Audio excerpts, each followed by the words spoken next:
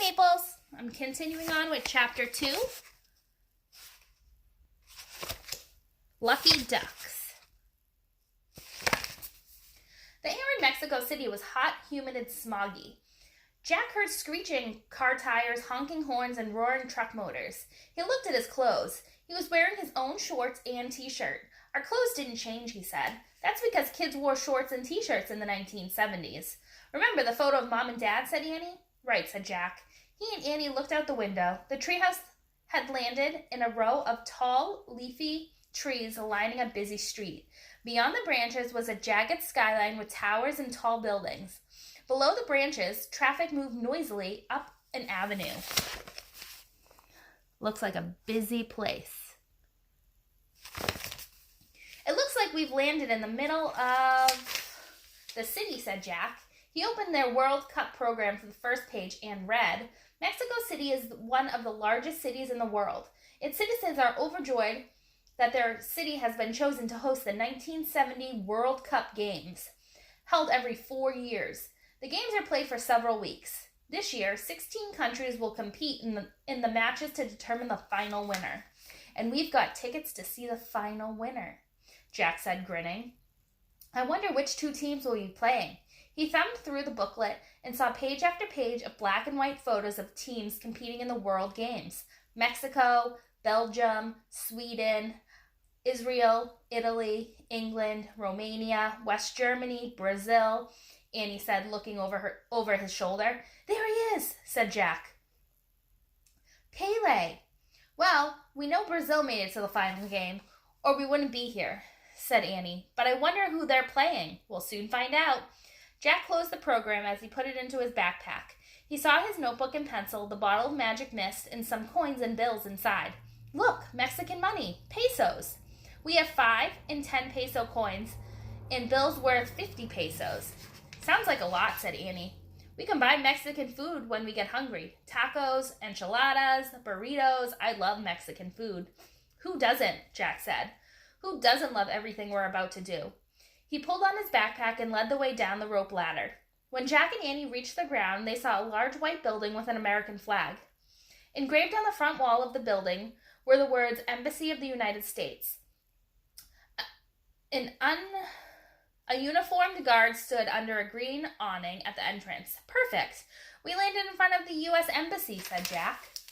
Why is that perfect? Asked Annie. A country's embassy is supposed to help its citizens when they visit another country, said Jack. Oh, that is perfect, said Annie. Come on. Jack and Annie headed toward the entrance before they got to the door. The guard stepped out from under the awning. Sorry, kids, he said. The embassy is closed on Sundays. The man looked very formal in his blue uniform jacket and white hat and gloves, but he sounded friendly. He spoke with a southern accent. Oh, we were just looking for information, said Jack. We're Americans. Groovy. Where are y'all from? The guard asked. We're Jack and Annie from Frog Creek, Pennsylvania, said Annie. I'm Benny from Georgia, said the guard. Pleased to meet you. Hi, Benny, said Jack. We're going to the World Cup game that's being played today, and lucky ducks, Benny broke in. It's going to be the game of a lifetime. Game of a lifetime, Jack said. Today's the final match. Best 2 teams in the world.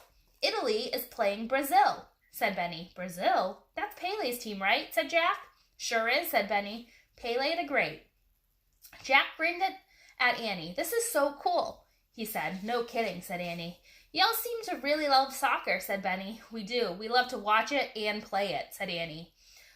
Well, y'all are unusual, said Benny. Most American kids hardly know anything about soccer. Yeah, right, said Jack.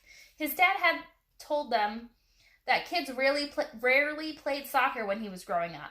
Don't worry, said Annie. It'll become more popular with time. In fact, by 2014. Excuse me, Jack interrupted, but do you know when the match starts and where it is? Benny looked at his watch.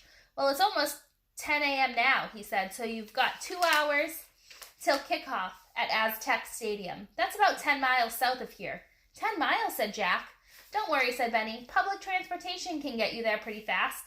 Just walk a few blocks to the metro station. That's where you can catch the metro. Metro, said Jack. It's like What we'd call a subway train in the States, said Benny. You'll need to catch the red line in the direction of Pantalon. And then, wait please, said Jack. He pulled out his notebook and pencil. Could you spell that? Here, I'll write it down, said the guard. Jack gave his notebook and pencil to Benny. The friendly guard mumbled the directions to himself as he wrote them down. Walk to Metro Insurgents, then red line to Pino Suarez, then blue line to Taxquina. Last stop, then tram to Aztec Stadium. It sounds complicated, said Jack. Just ask somebody if you get lost, said Benny. Folks here are super nice. They'll be glad to help you. The guard handed the notebook and pencil back to Jack. Thanks, said Jack. He tore out the sheet with Benny's direction and put it in the pocket of his shorts. I hope you all have seats for the game, said Benny. From what I hear, it's completely sold out. Don't worry, we have tickets, said Annie. She showed them to Benny. Far out, said Benny. Y'all have 2 of the best seats in the house. Really, said Jack. He couldn't believe it. How in the world did you get these, said Benny. Annie shrugged. We know somebody who knows somebody, she said. Well, don't let anybody see those tickets, said Benny. People would sell their mothers for these seats. Annie laughed as she put the tickets back in her pocket. So how do we get to the metro station, Benny? She asked. Go up the street to the big statue of the angel. Turn left onto Florencina, and after a couple of blocks, ask somebody to direct you to the Insurgents. That's Insurgents, said the guard, sounding out the word. Thanks, Benny. You've been a big help, said Annie. Yeah, thanks, said Jack. You're welcome any time, said the guard. Jack put the program, notebook, and pencil back into his backpack. Then he and Annie waved goodbye and headed away from the embassy. When they got to the sidewalk, they looked up and down the busy avenue. There's the angel, said Annie. She pointed to the huge statue of winged angel looming in the distance. Good, it's not that far, said Jack. The air was hot and humid and smelled like car exhaust. But Jack was so excited. Nothing bothered him as he and Annie walked past banks, airline offices, and fancy hotels. When they reached the Golden Angel in the middle of the traffic circle, Jack checked Benny's directions, then looked around. There it is, he said, pointing to a sign that said Florencina Avenue. They hurried across the street and headed up Florencina. Benny said that when we got to the street, we should ask someone for help, said Annie. Excuse me, she said to a woman waiting at a stoplight. Could you please tell me where we can find... She turned to Jack. What's the name? Insurgents, Jack said, sounding it out like Benny had. Yes, said the woman with a smile. Just past Laundries Street. She pointed straight ahead. Thank you, said Annie. She and Jack started walking again. I can't believe this. We have the best seats in the stadium, Jack said. It makes sense, said Annie. Merlin gave us those seats to help us with our mission. Right, like maybe Pele will be playing near us and we'll get to meet him, said Jack. Then somehow he'll reveal a secret of greatness. And then we go back to Camelot to meet up with Merlin. We're super lucky ducks, said Annie. Quack, quack. Moving on to Chapter 3, friends. Chapter 3. Hurry up for the World Cup. Look, Insurgents. Jack pointed to a sign on a large building that said Mercado Insurgents. That's it, the metro we're supposed to catch. Come on. Annie and Jack joined the crowd heading into the Insurgents building.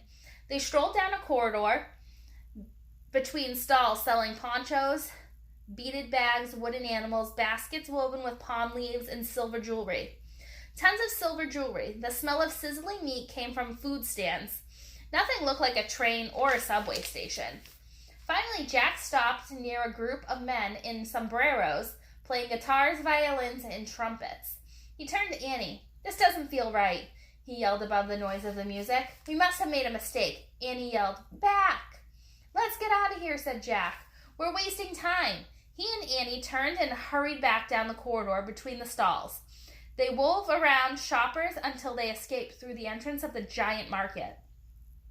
A soft, warm rain had started to fall. I don't get it, said Jack. He pointed to the sign on the building. It says Mercado Insurgents. Look at Benny's note again, said Annie. Jack pulled out their directions. Oh no, he said. Benny wrote Metro Insurgents, not Mercado Insurgents. I'll ask for help, said Annie. She took the directions and walked over to an old man reading a newspaper on a bench. "Excuse me, sir. Where is Metro Insurgents, please?" The old man pointed up the street. "Thanks," said Annie. She ran back to Jack and handed him the sheet of directions. Jack stuffed it into his backpack. "Hurry, or we'll be late," Jack said. Jack and Annie ran up the street through the warm, drizzling rain. They stopped when they came to an overpass jammed with trucks and cars in a sunken plaza. Below was a round concrete building covered with posters and murals. One sign on the building said Plaza Insurgents, another said Metro Station. "That's it," said Jack. He and Annie ran down to the plaza. They hurried by a fountain, vendors, and snack bars until they came to the rounded entrance of the Metro. When they stepped into the station, the noise was deafening, even louder than in the market. Hordes of people were rushing up and down the stairs. Jack and Annie joined the stream of traffic going down. Beyond the stairs was a row of turnstiles. "How do we do this?" said Annie. "Watch what everyone else is doing," said Jack. One at a time, people were dropping a single coin into a slot of turnstiles and then passing through. Jack pulled 2 pesos out of his backpack and gave one to Annie. Copying everyone else, they passed through the turnstiles onto the Metro platform. "That wasn't so hard," said Annie. Another huge crowd was waiting on the swiveling platform for the next train. Jack pulled out their directions again. "Red line to Pino Sforzo," he shouted to Annie above the noise. "Then the blue line to Taxquina. Then we get off at the last stop and get a train to Aztec Stadium." "Easy," yelled Annie. "Really?" thought Jack. A train was rolling in. "Red line?" Annie shouted to a woman. As the woman nodded, the Metro train came to a stop. The doors opened. As passengers spilled off the train, people on the platform surged forward. Jack grabbed Annie's hand and they moved with the crowd. But before they could even get to the train, a bell rang and the doors slammed shut. The people left on the platform jumped back as the train pulled away. "We'll get the next one," Jack shouted. Soon another train rolled in. Jack grabbed Annie's hand again and they surged forward with the crowd. Parker, I'm reading a story to the Maple Room. You want to listen? I'm recording myself.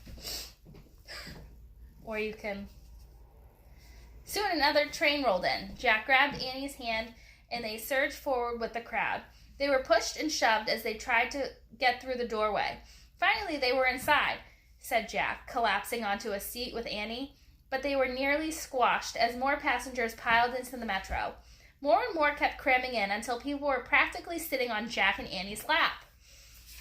The bell rang. The doors closed. The train pulled away from the station. As it rumbled through the dark tunnel, the air in the car was suffocating.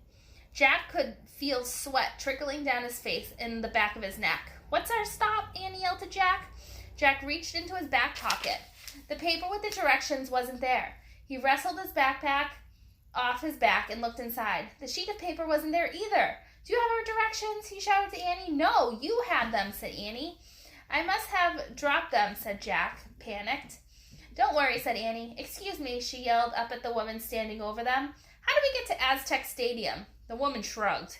Then she asked a man who asked another woman, but the train stopped and all 3 people hurried off without answering Annie's question. So that's Jack and Annie looking for the directions. And those are the people that they asked for help and no one helped them.